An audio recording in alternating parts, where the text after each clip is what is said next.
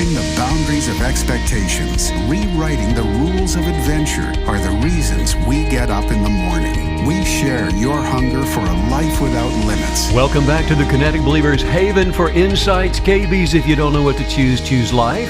If you don't know what to think, think abundance. And if you don't know what to say, well, just stop saying things. Seriously, speak encouragement. Champion yourself and others, and whether they champion you or not, go ahead and do it. Celebrate and edify your exquisite self. And do it with positive words of gratitude. So glad to have all of you back with us again today. This is, people don't really use bumpers, do they, for their podcasts like we do. It's like old-time radio, but I like it. Oh, I love it. You like it? Yeah, well, it feels definitive. It's like here we are. People can hear us now. I like it. It's coming into the beat of a marching band or something. We talk so much off air. I need to be reminded that we're being recorded. You are on. Text the word Kinetic to 844-844-0049, and we'll send you an occasional encouraging text message. StephenCanyon.com is the website. Follow us on Instagram at Stephen Canyon, and make sure you subscribe to this podcast.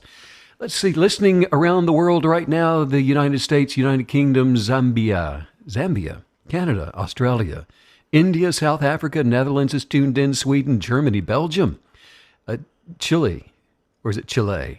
I like Chile. I do too. Chile makes me hungry. Chile, Austria, makes you Brazil. think of chilies. Yes. Kenya, Lithuania, Singapore, Spain, Ireland, Argentina, just to name a few. Hey, everybody. Hello. Meg, you were just saying that you'd like to go sailing. I would, yes. You would like to. Yeah. Or you will like to? You would like to. I currently would enjoy the concept of sailing. Would you sail across the ocean with me? No. Let me finish. No. What if we're going to Italy? I mean, I get freaked out just being in the house. Yeah? Yeah. It's true.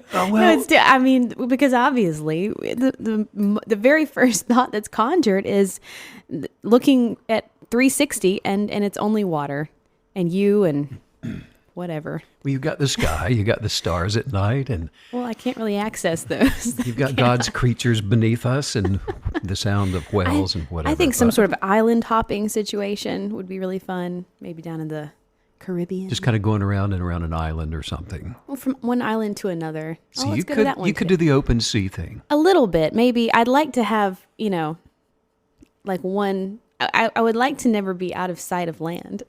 I got out of sight of land now on boats and I like to sail, but I got out of sight of land in a single person little kayak out in the good. Ocean. And the guy that I was with, he was in another kayak, got hit from underneath, and it bounced. Something hit him so hard, he came up. The kayak came up out of the water and splashed back down. Okay, you're not helping your case here. Not kidding. But we were in these little yellow kayaks, and I told him, I said, we look like pieces of cheddar cheese floating around out here. Maybe we should. Cheddar cheese. You felt like cheddar cheese. Well, How did you know which way to turn, though? It's not like you're out there with a compass or something. You couldn't see land. No, but I had a sense of where I had come from. See, this is not good. I don't want to rely on your sense of where to go. I want it anyway. I think it's a great idea. I love the idea of sailing, though. Just go around the world. Not. What an adventure. Oh, my gosh. Would you do it in a hot air balloon? No. See, there's your kryptonite. Well, you can't. But I always feel like a hot air balloon, you don't have really control of anything except up and down. I want to steer. I need a rudder. Now, if a hot air balloon, if you had a rudder or something. Sure. Okay. Well, we've learned a lot about each other. Well, you've said you would love to fly a plane as long as you could drag a foot in the water. Yes. I want to soar, but maybe not too close to the sun. Well, the universe responds to the anticipations of all of us. Yes. There is a response. We can sit here and laughing about all this, but as we anticipate, either with an anxiety of and a tinge of fear. Are you telling me I'm manifesting I'm just a trip saying around the that world? the universe will respond. Okay. It just simply agrees with you. Noted. Right. Anticipations they're just expectations that have been mindfully articulated. You've had reasons for everything that you've just said, and they're valid. obviously. That's one thing I have, Steve, are reasons. Validated reasons. You agree. Opinions and reasons. But even so, Yes. the articulation of an expectation, Maggie, it can happen just a nanosecond. It can just happen immediately. Or like we're doing, we can sit around and debate whether or not you should go sailing with me where you can't see land.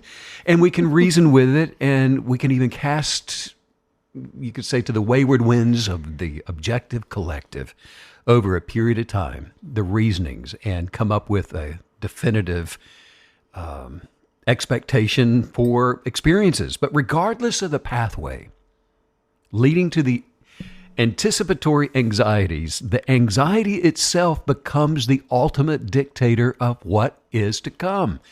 So I think it's the gallant expectations of the hero heading out across the sea that has the most likely possibility of being successful in the arrival in Italy than the one who won't go out past the breakers. Indeed. And I think that the word anticipation is an interesting one because we typically use the word expectation all by itself. And so we're all kind of used to that term, expectation. But anticipation, for me, it rings a little differently because when I think of anticipation, it's maybe it feels a little bit more natural, something that sort of just kicks in automatically when maybe a really positive possible outcome is presented, or even a possible negative outcome. And so that's an awareness. That's a great point because a natural anticipation often results from, in fact, more often than not, results from information, either an abundance of it or a lack of it. New data has been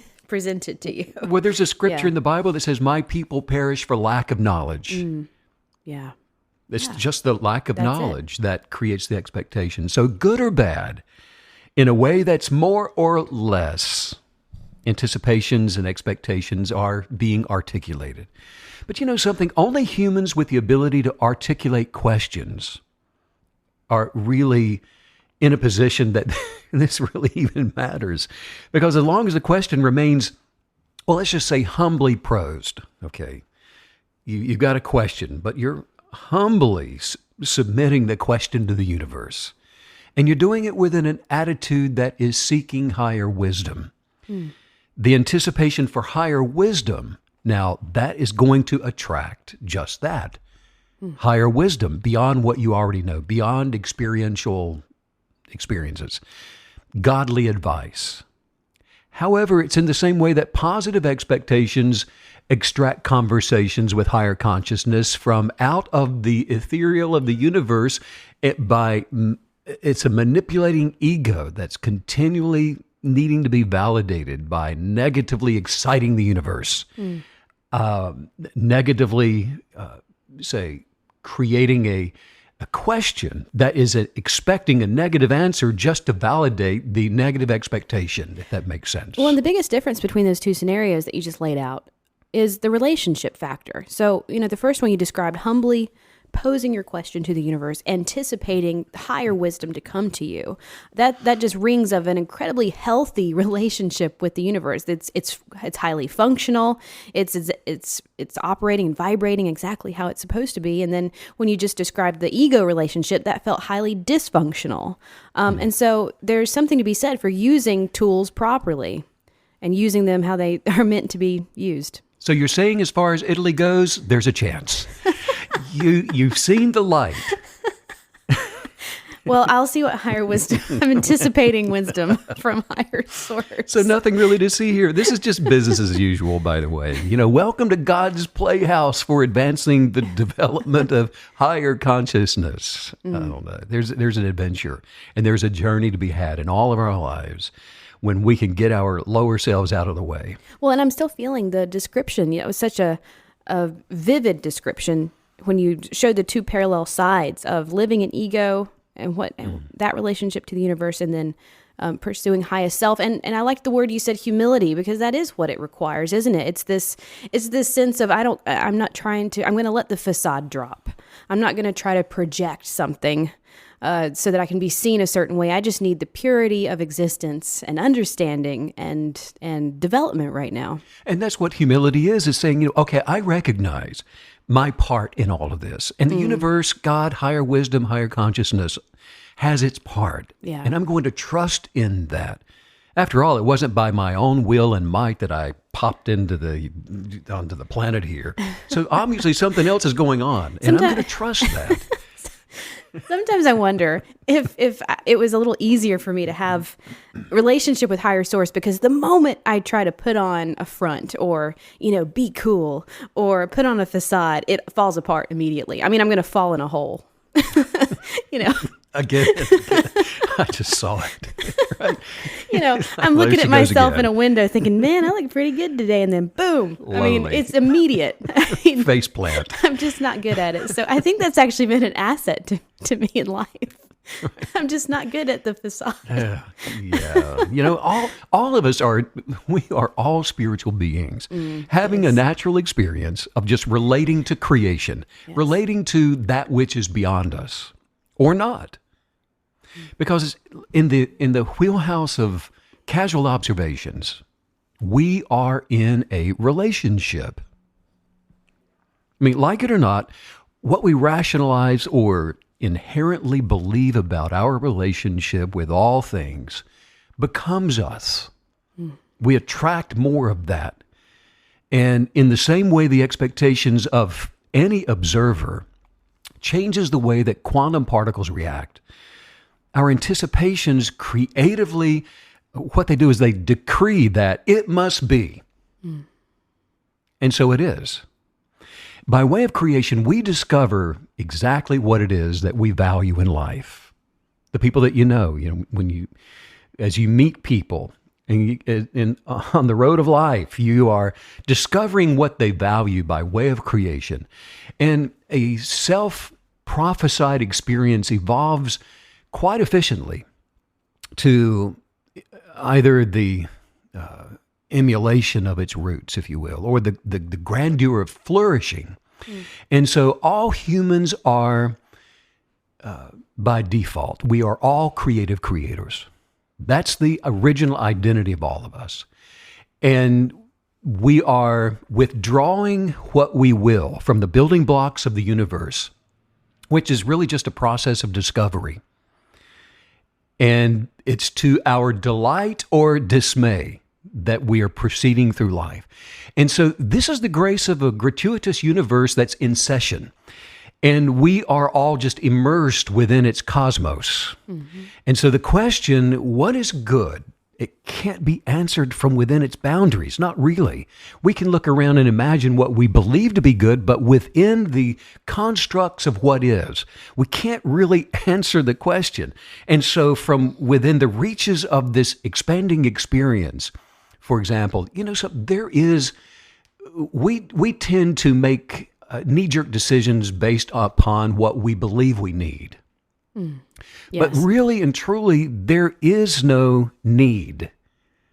Only once we as believers define something as being either missing or present do we define it as being a need or not. But there's no need in this universe. Not really. There's no need in this world.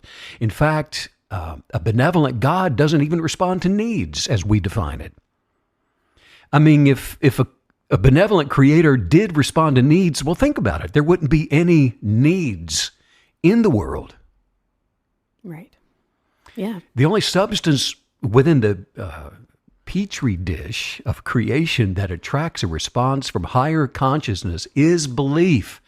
And so the presence of things hoped for example, has the power to excite change within billions of spheres of influence simultaneously, if necessary, all at once on this planet. Well, and what you're describing right now, it's having an interesting effect in my own mind. It's reminding me to always expand. What the universe allows us to do is to expand with it. It makes us so great, and it just blows out all of the petty thoughts. When you were mentioning observation a moment ago, and for example, there's a relationship that I have, and it's had some twists and turns lately, and I think I've been maybe overanalyzing it lately. It's not ours, Steve.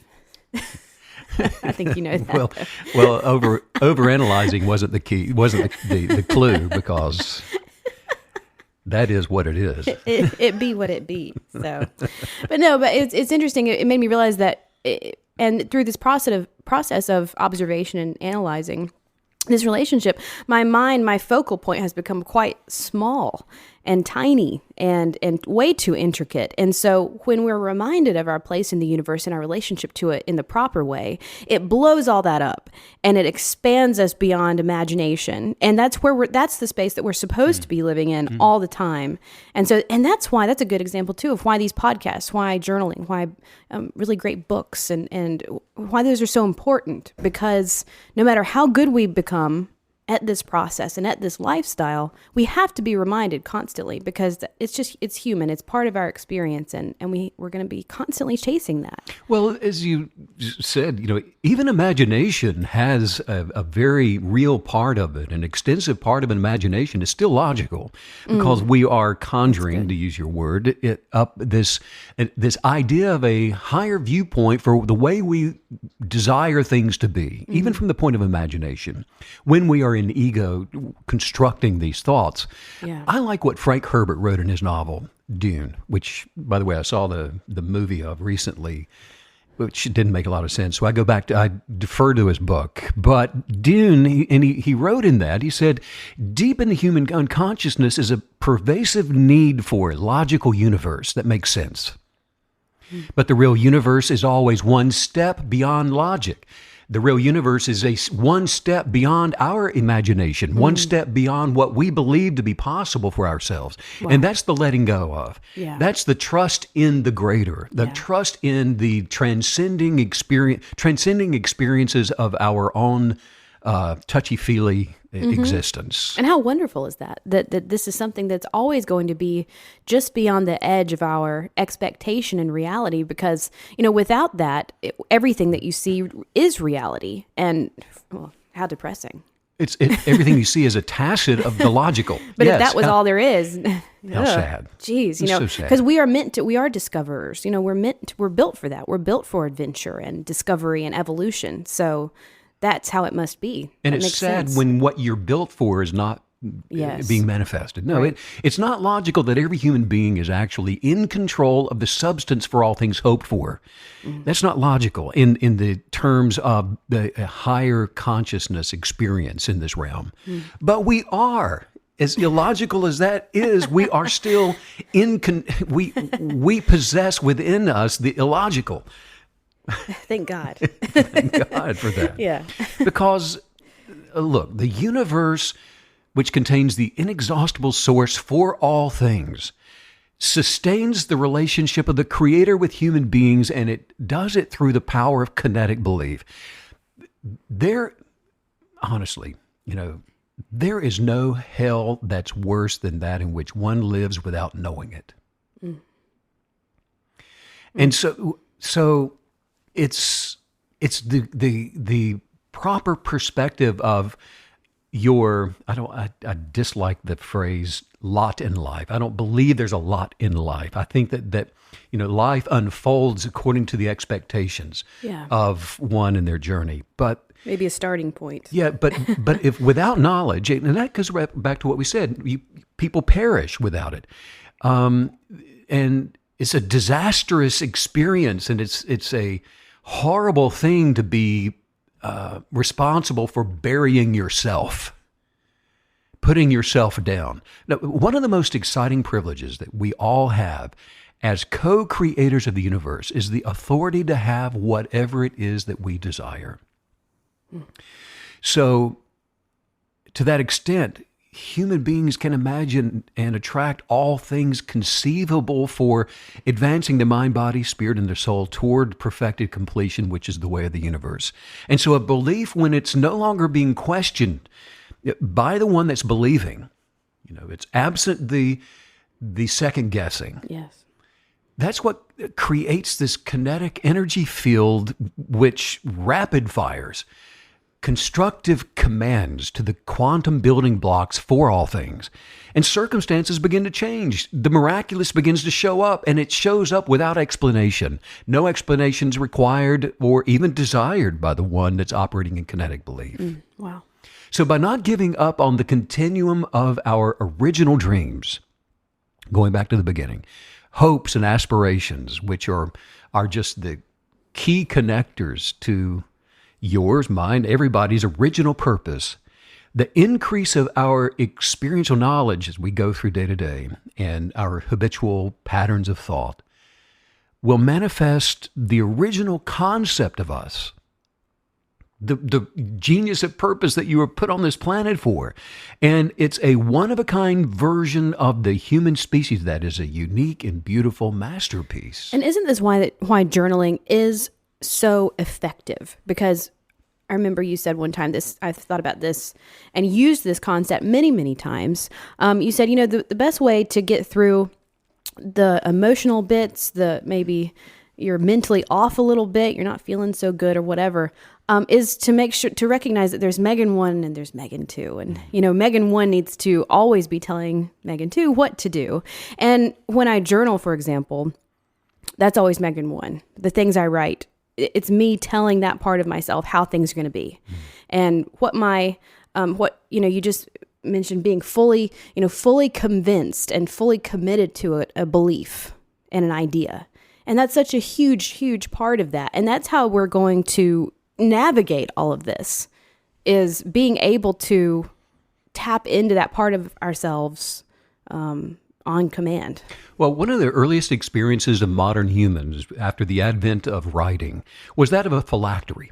And this was just a little small piece of paper that was hung before their eyes in an earliest concept, perhaps, of journaling. Yes. And it's of a higher viewpoint to continually remind oneself of what can be if you cast down the negative. And so through the process of journaling, that's where if you begin to write something that's negative, you can go, nope, no, I'm not, cross that out, not anymore, I'm not. And you replace that then with a higher viewpoint for life. And that's the first and most important challenge that we're going to master.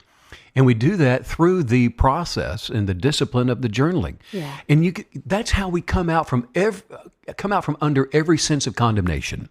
Oh, yeah. Whether it's been, in turn, well, it's always up to you to receive one or not. So really you're the author and finisher of every condemnation that you adhere to. Well, I think and just to sit on that for a moment, I think probably the most difficult seeds of condemnation are ones that were planted when you were maybe younger and you didn't quite realize that you had control over these things. And so what happened was these seeds of condemnation, they become habits. They become condemnation and shame and self-doubt habits, which are quite different. Those are very personal, and those become a part of you. And so what we're doing when we journal and when, the first number one talks to number two is we're pulling everything like that up by the root. We're replacing it. We're rebuilding our garden because that's what's required. Right. Well, if you are a manifesting kinetic believer, absolutely that's required because you're creating a new space, a new place within your sphere of influence for this new garden of growth. And so in that space, there are no negative imaginations that are being harbored anymore. You've done the work and you've pulled those up by the root and gotten rid of them. But even when a negative judgment about a KB comes from someone else, maybe you've dealt with all the things from the past, but let's say next Monday at 5:00, here comes another one, and you're going to have to deal with it. But it's not a dream killer unless we begin to reason with it and unless we begin to repeat it. And we go and tell somebody else, well, you'll never believe what so-and-so just said or what they did or what they didn't do. It's not going to mess with what's going on in your life and the growth and development unless you give it life by perpetuating it. Gosh, isn't that it? How many times in life have we, resuscitated something that was on its last leg anyways? We should have just let it go and moved on, but we just keep breathing new life into it. We're the ones that give it effect. Yes. Not the one that presents it as an option for you. And so when we meditate on negative judgments, we're constructing and we're building a narrative that's going to ultimately just produce the life that we're going to experience. Every person is experiencing a life that's been created by something that they've been talking about. In other words, I can only say something that I've thought about and think about something that I'm reasoning with. I can't come and tell you what so-and-so did or what they said to me unless I take that information from them, I think about it, I dwell upon it, I reason with it, which I can only do from the egoic lower state of consciousness. And once I do that, then I come and I I perpetuate it. And by perpetuating it, I'm internalizing it to become my reality. And this is how we create vacuums of expectations that are going to form the lives that all of us will experience. Wow, this is so profound and powerful, and you can see it visually. It's so easy to see how it works. You hear you are what you eat. And so, when we take in this negativity, we take in these toxic conversations. We're quite literally synthesizing them within ourselves and within our spirit. And so, what do you think is going to happen? It makes absolute sense. If I'm not careful, I'm going to become one big peanut M&M. So thank God for my journaling. And I've got the front row seat. Yes, you do. Humans, we have the dominion and we have the creative authority to extract from the universe and to change that which can be seen. Yes. That's powerful. That's good news, isn't it? That's the thing that you do need to write on a sticky note and stick on your forehead. Just for everyone to all see. Day, every day, I need to be reminded of this fact. That's it. Because think about it. Maggie, every single human being actually wields a power that is so explosive, so raw, so vastly creative on the quantum level of particle attraction that one must continually ask the question, what are you doing with your life? What do you think about? What are you afraid of? Yeah. Why do you hope for the things that you hope for? Is that wishful thinking? Or is your hope a sure expectation of things to come? The creative power keg that we're talking about, that we represent, it explodes on the scene of our lives, continuously arranging and rearranging our circumstances.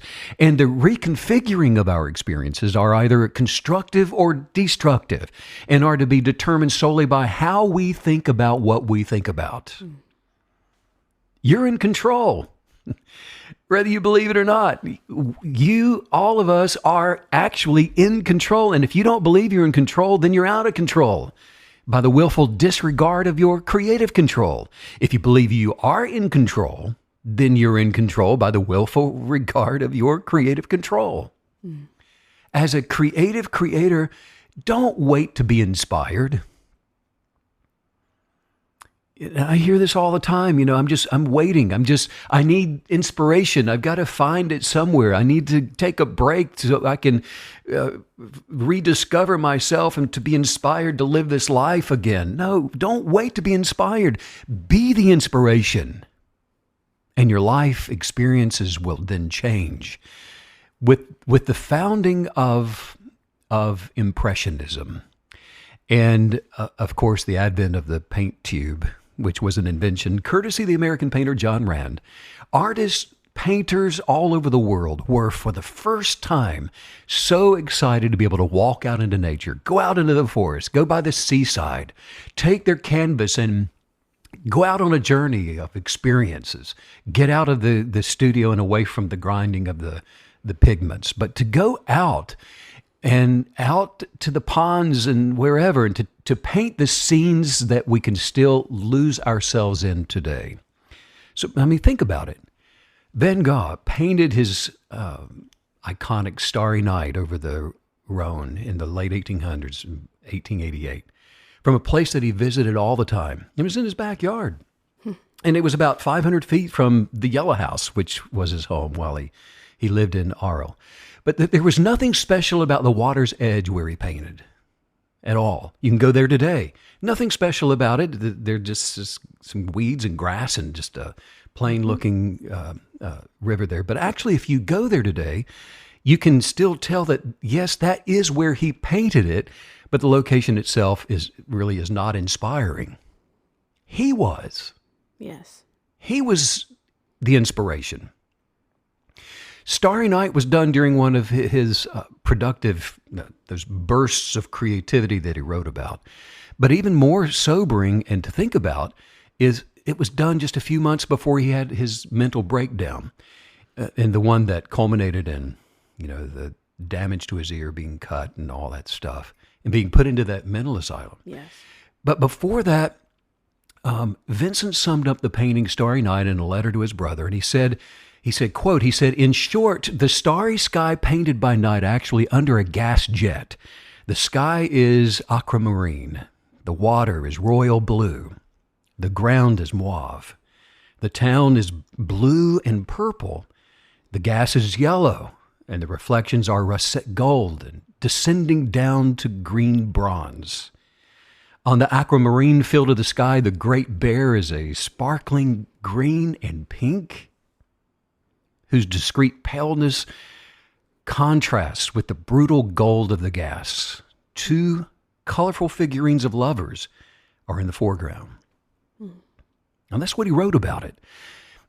Art, in all of its various forms, Maggie, is just an outward expression of the vividness of an imagination. All art. When you hear Van Gogh describe what he was imagining while looking at an otherwise just ordinary landscape, we're being given a key to imaginations.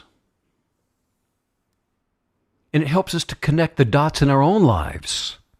What does that vista appear to you as when you look out your kitchen window? What is all of that? Regardless of the art form, and it may be painting, it could be sculpture, literature, architecture, cinema, music, theater, whatever the expression. Those are all formative disciplines that, when meditated upon from within as a higher viewpoint for what you want to experience, with an unwavering expectation to manifest the circumstances of our lives, each day now, it becomes like a canvas for steady transformation. And through the presence of continual gratitude in all things, the present moment of now changes colors. Wow. You began by speaking to not waiting for inspiration to show up.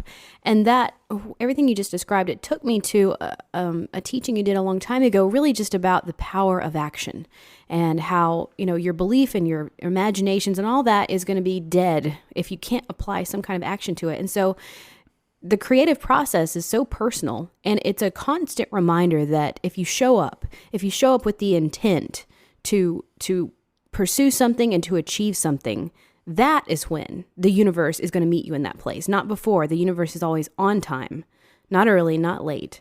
And so it's sort of this really beautiful, consistent leap of belief that we're constantly having to make into life, isn't it? So through creativity, if we're showing up, anticipating inspiration to meet us there, that's quite different than exactly what you were just saying. You can't expect inspiration just to show up and then you run with it. It's something that you'll discover. Look within and you stir it up, and you're the inspiration for it. Yeah. You decide to be inspiration, right? Mm-hmm. That's beautiful. So, and something you said, and it's so true, Maggie, is that when you have the imagination for a thing, without the action, it's nothing more than a passing thought. But the action brings it into this realm. The action puts color on the canvas. The action captures the imagination and brings it forth into manifestation. Yes. And that ties everything together as well with what we were just discussing, from the inspiration to it's creating a vacuum. Your anticipation is creating this vacuum. And I just love how when you meet the universe in that place, it's everything you need is there. And there's so much that leads up to it from you, and there's so much that leads up to it from the universe. But it has created this garden, like we were just discussing, of perfection that I just love the hand-in-hand journey that we get to have with the universe, and knowing that all will be supplied, from creativity to inspiration to, paint in a can, so whatever you need. So, and that's great because, how do we meet the universe? Yeah. How do we meet the universe hand in hand? What is it that connects us with the Creator, with higher source, with higher consciousness? How do we meet hand in hand with all there is, and all there is that is good? Well, in gratitude, the transcending hues of unconditional love is how we go hand in hand with the universe. It's through unconditional love, isn't it? And that's how we begin to recolor the landscapes of our lives. If something is gray and barren, it's because unconditional love isn't present. You're not hand in hand with all that could be. Yeah. And that's just acceptance of what is out there, how we began today's podcast. Acceptance of the greater, rather than fearfully trying to manipulate some outcome that's going to be less than the greater. And so acceptance of what is out there and who is out there, in whatever form they may appear to be, acceptance of that other person who's been spiteful or mean or arrogant or disrespectful, whatever it is, acceptance of what is out there, just like it is, just like they are, while in the same present moment accepting the authentic person that is within you, without manipulating it to appease or somehow be validated. The presence of the power of unwavering belief, which has kinetic properties, that's what unleashes an explosive yet peaceful way of transforming our circumstances. And so it's the presence of this positive energy within our physical bodies that establishes this immovable vortex that's at work here, that's attracting change to the gray skies of life outside the back door. And it begins to transform the repetitive landscapes of our lives into vistas that are filled with the magic of a mesmerizing starry night. And you know something else? In 100 years, you'll not be forgotten. Your presence will demand an explanation everywhere you go. I love that. It'll demand an explanation. That's perfect. What are you doing here? Who was this? We weren't expecting you, ever. That's fantastic. By the way, if you ever have an opportunity, some of those masterpieces from Van Gogh's Starry Night or Over the Rhone to Monet's Water Lilies, whatever it is, the locations for all of those and many of the other classically painted landscapes around the world, they are still available to visit if you like to travel, if you ever want to see one of your favorite paintings play out before your eyes. But you don't have to go there. Just take a meaningful walk where you are and do it in the present moment and allow the colors of creativity to change what you see. And you know, everything that you're describing today is such a specific way of approaching life. It's such a specific way of living. But I have to say, the more that you do it, it's like walking a tightrope. I mean, the more that I'm sure when you begin, you're just falling off and falling off and falling off, but it's the consistency. It's the consistency of pursuit that allows it to become natural and second nature. And that does happen. And I think if anyone's listening that is at the beginning of the journey, I think that's full of hope and that's exciting because look, it's very soon. It's coming soon that it's going to be easy. It's going to be simple and it's going to be just, again, it's going to be like second nature to you. And it's the process. When you're falling off, you're still imagining to walk the tightrope. Exactly. Because every person has an expectant will. An expectant will that attracts whatever it is that they imagine to believe, and they attract it to form. And on the experiential level, for example, well, let's take falling in love with someone. Falling in love is compared in quantum physics to that of a form of entanglement. Imagine, if you will. Mom, I'm entangled. Don't if you won't. I'm entangled with him. You don't understand. It's beyond me. Well, but there's truth in that. Like, as funny as that is. There's some truth in that because falling in love, not just with someone else, but I'm talking about in love. To fall means to abandon the safety of not falling in love. Yes. It's abandonment. Also means you can't help it. So there's a recklessness to it. I couldn't help swerving down the embankment. There I go. But there I go. Yes. So you fall in love in the same way with life. You fall in love with life. You fall in love with your position. Yes. You fall in love with what is in the present tense so that more will come. But in the creative matter realm, to understand the mechanism, to open up the hood here of falling in love and to look under the hood, once two particles experience a shared state, they are no longer separate entities, but they exist as one in the same way that the coupling moves two people into an entangled sense of oneness, Mom. You have to understand what's going on here. Take notes. But this is also true with the empirical world around us, which includes our circumstances. So whatever we're expecting right now where we are is attracting circumstances that are entangling with our bias of expectations. Love is such a strong word, isn't it? Can be. It can be. If there's fear involved with it, when you and I, and this is just weeks after we met. Yeah. And I said, Maggie, I love you. I said, well, I love you too, Steve. I said, well, wait a minute. I said, I'm in love with you. And I said, well, I'm in love with you too. And I said, well, I'll see you later. Yep. Okay. See you later. Bye-bye. But that's really how it happened. But love is a strong word, and it has two very distinct meanings that are polar opposites one from the other. And that's where people get messed up with this all the time. So how can we know for sure what unconditional love is? Well, let's just call it true love, just for the sake of learning. Because you can be the giver and recipient of the most highly sought after power source of all time when you find the answer to the age-old question, what is true love? Did Shakespeare have anything to say about that? A little bit, yeah. Okay. What is true love? True love. Obsessed much?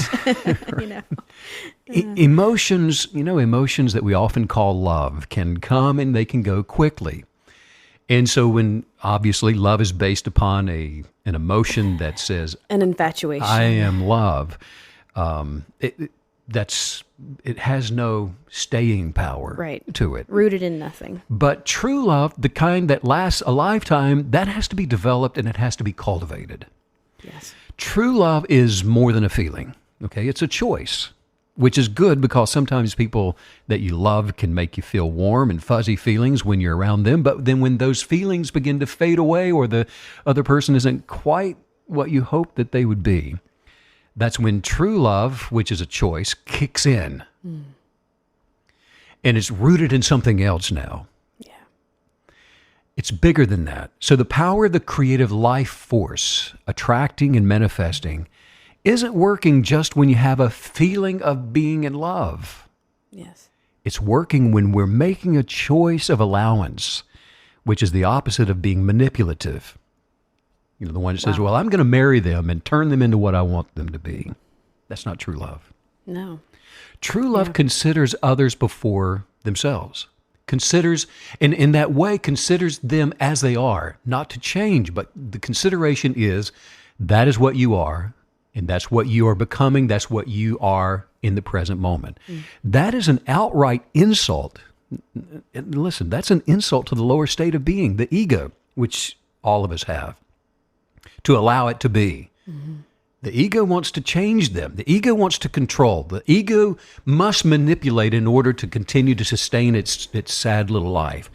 And that's why true love that we're talking about is a discipline. It is on purpose and for a purpose. This feels like the ultimate expression of acknowledging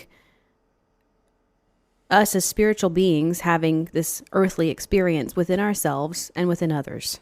Because the process of evolution is so diverse and so different in every person and in every creature and every being. And so the acknowledgement of that can hold so much power, not just for you, not just for them, but even for your future, the power of reciprocity. Because, if you're going around and allowing your ego just to jump all over everyone, that's not going to be good for what's coming back around as well. It shuts down transcendence, doesn't it? Yeah, it keeps you from blossoming and blooming and growing. Because true love has nothing to do with how somebody treats you. Not at all. And it has everything to do with the love coming out of you, everything to do with your acceptance for what is so that you can continue to grow beyond it. Yeah. And it's where your attention is. If it's a vertical perspective of existence, then the vertical line of growth is the one that we adhere to. If we take that vertical sense of observation and we turn it down to the horizon, then there's no vertical pursuit in our lives or attraction in our lives. We're not attracting the greater and that which is beyond us. This is so powerful too, because love has a way, the emotions of love have a way of making everything a little fuzzy, a little confusing. Were they really toxic or were they just having a bad day? It can cause you to make excuses for different things in your life where there should be no excuses because of the transcended life that you are purposing to live. So, it's almost as if true love allows you to take a higher perspective of the real mechanics of life and see things as they truly are. So that you can, and obviously, like you were just saying, you're accepting these things, but having a clear vision on all facets of life and relationship is going to be huge. Because in true love, whether they are toxic or not, it has no effect on you because we're over that. We're above that. So the toxicity of the environment, which all of us know is the world is full of toxic waste. It has no, yeah. But we're above its reach. I was going to say, it has no effect on me, just my address. Just your mailbox. just who has my phone number. Right. So, in other words, when you're in higher consciousness, you understand that others may not be. Yes. And where they are in their spiritual development now is perfect for where they are in their spiritual development. Yeah. And who are we to change their development? If you take a baby and put them behind the wheel of a car, that's an accident waiting to happen. Yes.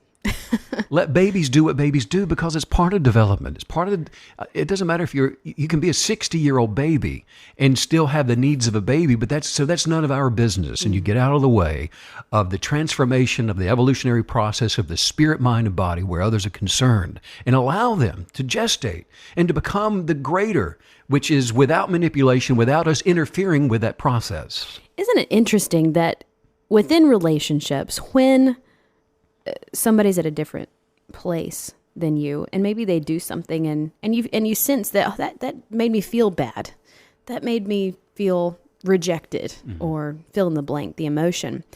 What a great red flag to be aware of, that look, if you have emotions that are rising up from the actions of someone that you're speaking with or in relationship with, what a huge red flag that your ego is feeding its identity from the actions and opinions of another human being, which is way off. That's like press the big red button, pull the lever, stop everything. We have to recalibrate. Something has gone completely off the rails here. Well, you're in the wrong identity. Your I has become the lower I, and your thoughts are, which you're being reasoned with, you are not doing what I expect. You are not meeting me where I want to be met. And most often, in the same way, when people think about love, well, depending on where you are, most people think of hugging, kissing, and holding hands, among other things. But true love goes far beyond those acts of physical affection.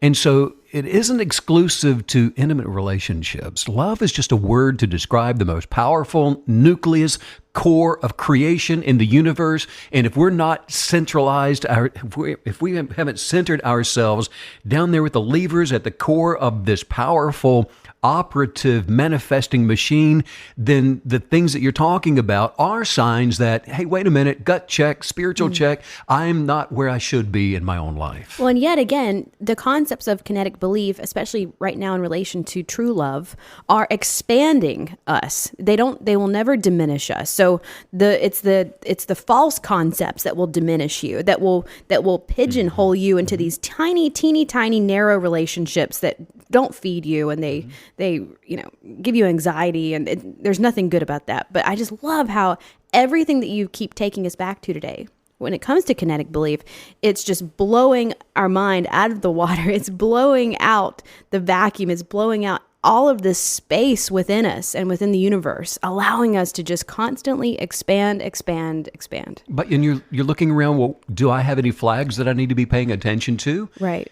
But what's so cool about what you just described is that we don't have to take care of the red flags to succeed. We have to simply turn and expand and turn and adhere to the true love and the relationship with the universe, and it will swiftly carry us away, thank goodness. We don't have to, get into the muck and the grime and deal with that stuff. You don't deal with the red flag, you deal with yourself. Yeah, exactly. And you just know that, maybe I'm not in true love here. Maybe I am on the same level, and I am being affected by the negative people around me in a way that's not good for me, and it's wrecking my own life as a result of all that. So what does a person look like that's operating in true love? What does that appear to be? Well, they're not harboring unforgiveness. They don't have any bitterness toward other people or life in general. They are mesmerized by the starry nights of their positive imaginations, by seeing the best in other people and the best in the world around them, regardless of what the news is trying to pump into their thoughts. They're patient because you're not trying to change other people. It doesn't, what you do because you do it. It has nothing to do with me. I'm not trying to change anybody else anymore. I'm not trying to change things. I'm not trying to change circumstances for that matter. Circumstances change, but not because I'm trying to change them. And that's key. A KB understands that it's our responsibility to change ourselves. And the manifesting change to our circumstances and the people that are attracted to us, that all of that comes out of the universe. All of that comes to us and is assembled by God, by our Creator, as a blessing to our lives, not because we stacked it up in a way that we expect, but we are allowing for the greater to enhance our lives because we're doing the mindful, egoic work now. Because we have to reason with it and say, no, I cast that down. We're putting in the work with the journaling. We're putting in the hands to labor of staying in true love with all that's around me by accepting it as it is and working on the change within for ourselves. Well, that's the ultimate culmination, that all of this is coming from the Creator. We cannot do this ourselves. That's the whole enchilada right there. That's everything that we need to know, because it's quite depressing when you try to pursue all these things on your own. Your intentions are good, but you're not doing your proper 50%. You're trying to go the 100 yards and do it all yourself, and that's not going to work. There's a very specific and perfected recipe that we have to adhere to. So a person that's operating in true love, they're kind to other people, they're kind to the environment, they are kind to all other life forms, to everything. They don't break things. They are kind. They're walking in an acceptance of what is. They're not rude. They're not inconsiderate of other people. And I can hear somebody right now saying, but Stephen, you just don't know what they did to me. There are no buts in true love. A KB doesn't tell people what they want to hear. They tell them what they need to hear. True love isn't quick to get angry or offended either. And the work here is not to be touchy. The work here is not to be fretful, not to be resentful. The awareness of the presence of higher consciousness isn't available to the reaches of an ego. Once you're in that place, the ego can no longer even communicate with it anymore. There's no more reasoning. There's no more double-mindedness to it. It is because it is. Yeah. You are joy, happiness, success. You are love, not because you're reasoning with it and trying to become that. You just are. And true love doesn't get offended. You know, it's the awareness of the presence of higher consciousness is not available to the reaches of an ego. And the world is just gestating toward perfected completion, and it's doing it on its own terms, in which we don't want to be a part of that, in that. And it's filled with imperfect people who need whatever it is that they're going through. And if you've been going through it with them, perhaps it's because as hard as it's been on you, you've needed to go through it with them too, for your own development. But here's the deal with transcendence, the longing for more and the longing to no longer be in that with others, that desire to come out of whatever it is that you're going through, it's evidence of the presence of true love within you. And it's proof that, you know what? A manifestation is coming through you. There's a manifestation of higher source that is wanting to be birthed through you. It's recognized your desire for more. And now all we have to do is get the ego out of the way for the birth of that new child. And you can feel it as I'm listening to everything you're describing and telling us right now. You can feel that this is the ultimate way to live fearlessly. This is the antidote to fear, to live within true love, within unconditional love, in the truest way, the most sincere way that you're describing. That's how we cast out all fear from our life, once and for all.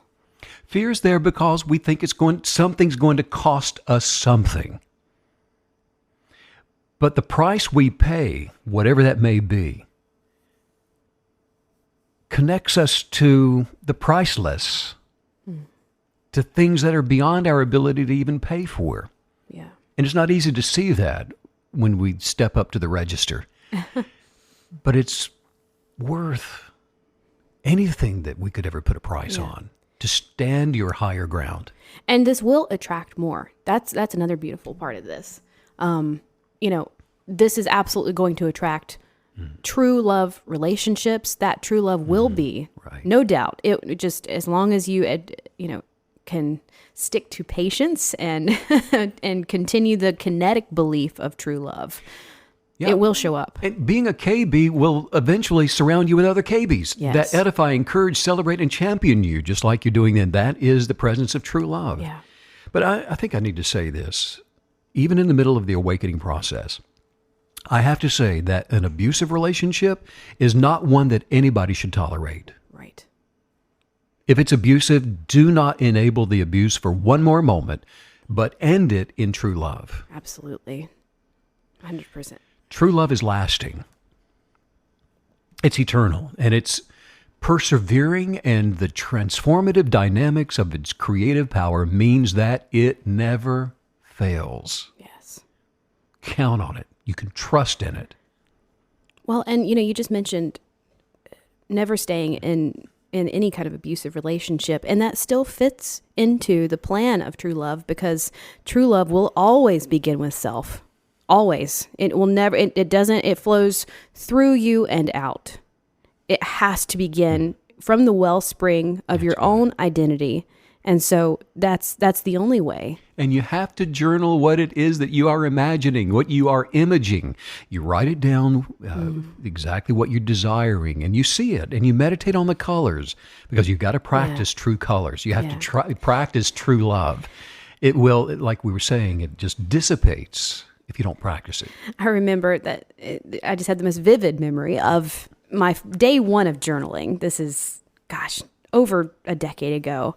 But I remember on the opening, the inside of the first blank page, like the opening of the cover, like the blank side of that.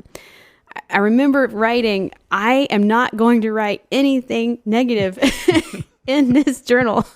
And that's a positive. That was the first thing I wrote. And then I just determined, I actually made this little bulleted list of like the only things that are allowed in this journal are my inspirations, my imaginations, my dreams, my pursuits, just really defining what I was going to put in there, and thusly not realizing it at the time, but really defining what I was going to allow into my life. But it's the journaling process that is enabling you to practice your life. Exactly. Practice the higher viewpoint, because you don't wait until somebody is ugly to you before you practice it. Yeah, there it is. Because it's the unprepared that fall victim to the negative. Absolutely. A KB doesn't have love, they are love. A KB doesn't have joy, they are joy. A KB doesn't need inspiration, they are inspiration. And so no other love on earth can compete with the love of higher consciousness, that of oneness that is within us. The earth can't take it, in other words. The earth can't steal it away. Mean people cannot overcome your true love either. There's not one thing they can do to overcome it. And true love works because it's powerful, and it never, ever fails to attract an expanding flourishment to your life. Mm. True love is so powerful that it can love, regardless of whether or not it's loved back. Not only does true love like whatever it's doing, by the way. If you're sitting there right now in a cubicle and you're thinking, I don't like this, well, you're not in true love. True love loves everything you do because you are love. Yeah. You don't love because something's loving you back.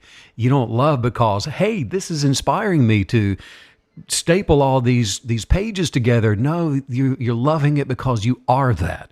That's powerful love. That is kinetic belief love. And it makes you the master of every situation. And when you are awakened to it, no weapon of words or deeds that come against you can be successful.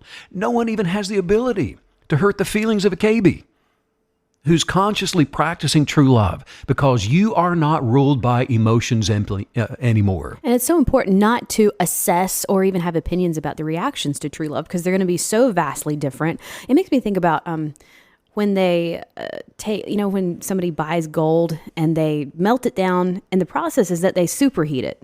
So it burns off everything. Any impurities, it burns everything off except the pure gold. And it makes me think about, that's kind of like the process of true love. Like, it's just going to singe away everything that's not supposed to be there. Yeah. But being aware of that as well, knowing you might have some extreme responses, and that's okay. That's okay. We have to be okay with that. Because this is what we're doing. Extreme responses, no responses, all responses, whatever, has nothing to. You are simply loving. Yeah.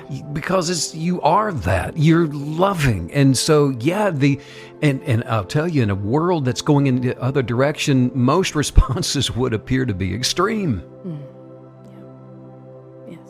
Your presence demands an explanation because it's so extreme.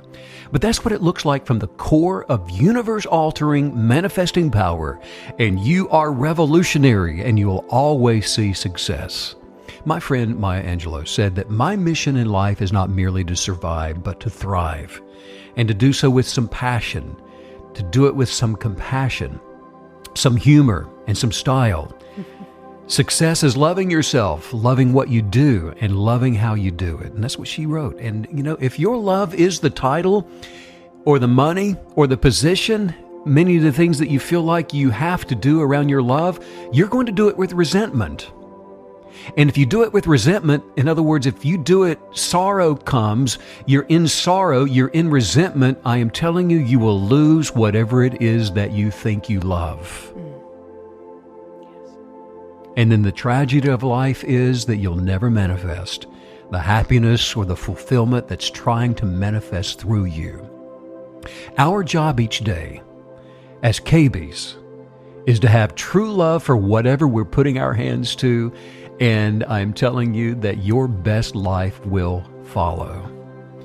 Let's just work on some highest viewpoints. Say this out loud. Say, I'm living my best life. I'm living my best life. I trust my creative genius. I trust my creative genius. And I always make decisions. That become great. I am excitedly focused. On my manifesting life goals. And I'm passionate. About my creative authority. I have no stress. I don't hurry or worry. I love living. And I am so grateful. To see more of me each day. And right now. I am growing. And developing. To advance my fullest potential. I possess. The substance of belief. To pass through. Any obstacle. Including this one. That ever comes to me. And right now. I'm using my authoritative power. To create all the successes. And all the prosperity I desire. You know something? Hey, you know what? Life is amazing. Because I'm amazing. And I really do love me. And I love you. Just like I love me. Just like I love me. Just like I am. This is my one natural life.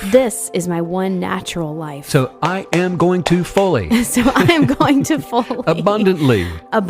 Live it today. Oh, what a fun and love-filled podcast this has been, Steve. It's just fantastic. Sending out so much love and light to all you KB creatives all around the world. True love. Sending true love. I love it. Thanks as usual, Steve, for all the wisdom. Bye.